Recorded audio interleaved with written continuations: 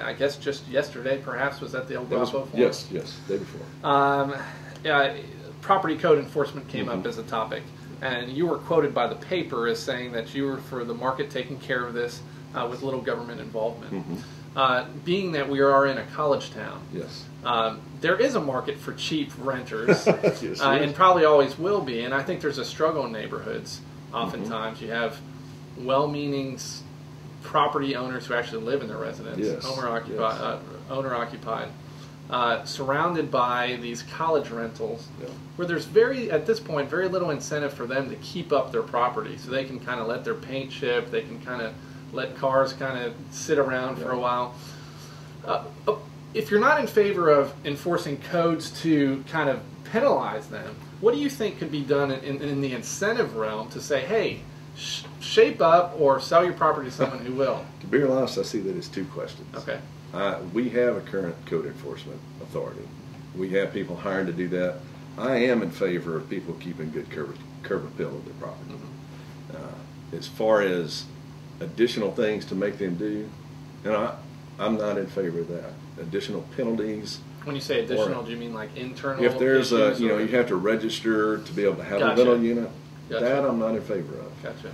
If somebody has cars parked in their yard all the time, well, I think we already have code enforcement for that. The penalty is not the tenant. The penalty is the owner. And there comes the motivation for the owner to know who he has in his property, to know that he keeps it nice enough that there's an appeal for someone to be into it. And that's what I said the other day, is that a nice property gets higher rents, lesser property gets lower rents. And you do have to remember that those are citizens just like us. They're trying to make an investment and make a retirement or make their earnings. They're not trying to figure out a way to ruin some neighborhood. The challenge within a neighborhood where a neighborhood is perceived as having too many rental properties or more than they want, or one or two that are very unsightly.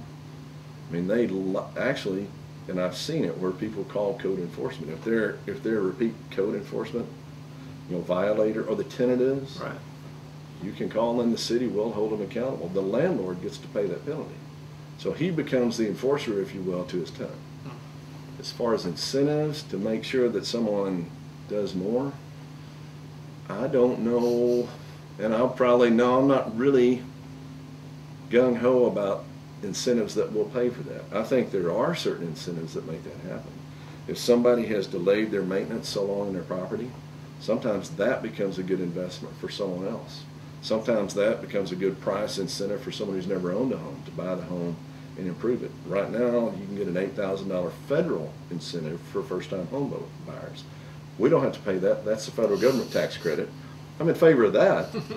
That would be one. If a neighborhood, someone wanted their children in a neighborhood that they enjoy, they can encourage them to buy that house. They could even go so far as to find other rental property that maybe they could buy and trade to the owner, and that way turn that in and turn that rental unit into a house that's for sale and sell it to someone who actually wants to live there. Because a lot of times pride of ownership makes a lot of difference. It really does. I do see that. But as far as some registration and ruling, how would you know where to stop?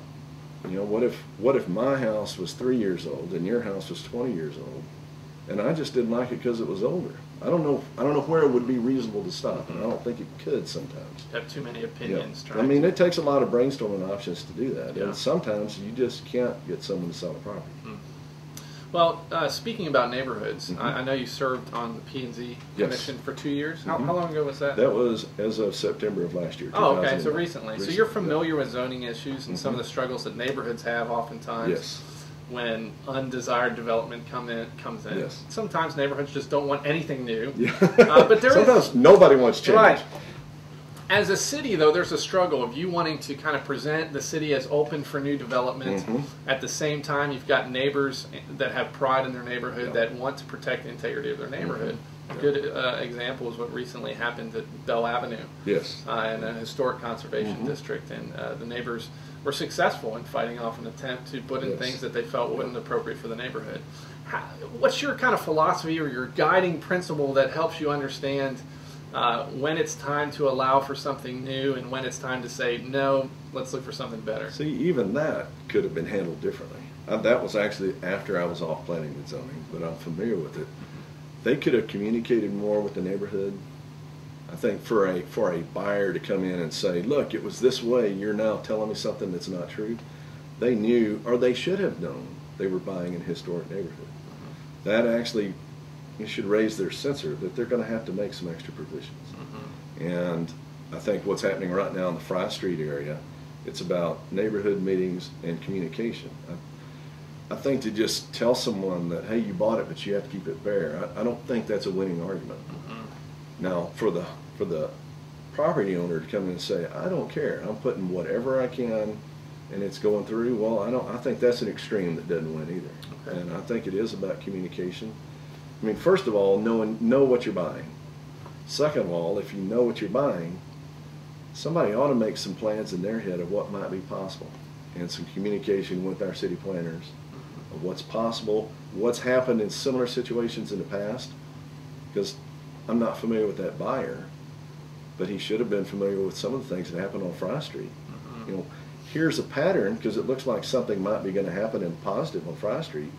You might follow this pattern. It seemed to have one where you had a very proactive neighborhood. You're over there, you're in between the historic district on the east and the new historic district on the west. And a lot of interested players. A lot of interested players, and the exciting part of our town. Yeah. It just is, the historic area on North Bell. There's some gorgeous houses there, and I mean, if you just made a mistake and bought something assuming you could do something, that's part of the risk that you need to avoid and do your homework before you buy it.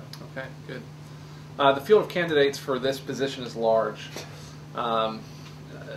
What thoughts do you have, if any, on the other candidates that you are actually running against? Well, I knew Phil. I've known his parents for a long time. Lane and I used to play football in the park on Sunday afternoon, where if you didn't tear your shirt, you didn't play hard enough. And Hatis, I just met. And Eric, I met last year. I didn't realize that's who it was. And we get to eat together now on a regular basis at these forums. And I believe I'm the better candidate. I think I have the better background. But as far as great people, they've chosen to live in a community I've chosen to live in. I have enjoyed my communication with them, and I've enjoyed that they're here. We've enjoyed the times we've gotten to chat. We're all a little nervous because we're competing. Sure. What is it that you love about Denton? You've been here all your life. What do you love about this crazy little town? I think it's such a dynamic tension. We've got a wonderful educational community with the universities. We've got a great business community.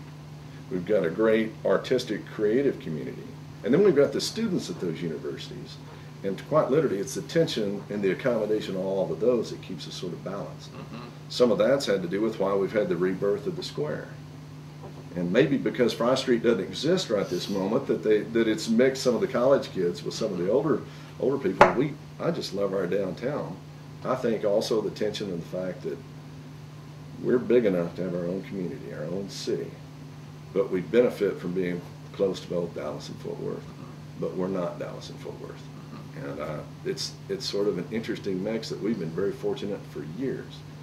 It's always seemed like we had a lot of potential, and we've slowly developed some of our potential, and we still have a lot more potential. And it's that keeps it cool for me. Yeah, right. Well, thanks for your time. You're welcome. The election is coming up on May 8th. If you haven't yet registered to vote, the deadline for that in Denton is April 8th. So go online. We've got more information on how to do that. I'm actually a deputy registrar. I can help you out. Give me a call. We'll get you signed up. But thanks so much for your time, Jim. You're welcome. Thank you. Painless, huh?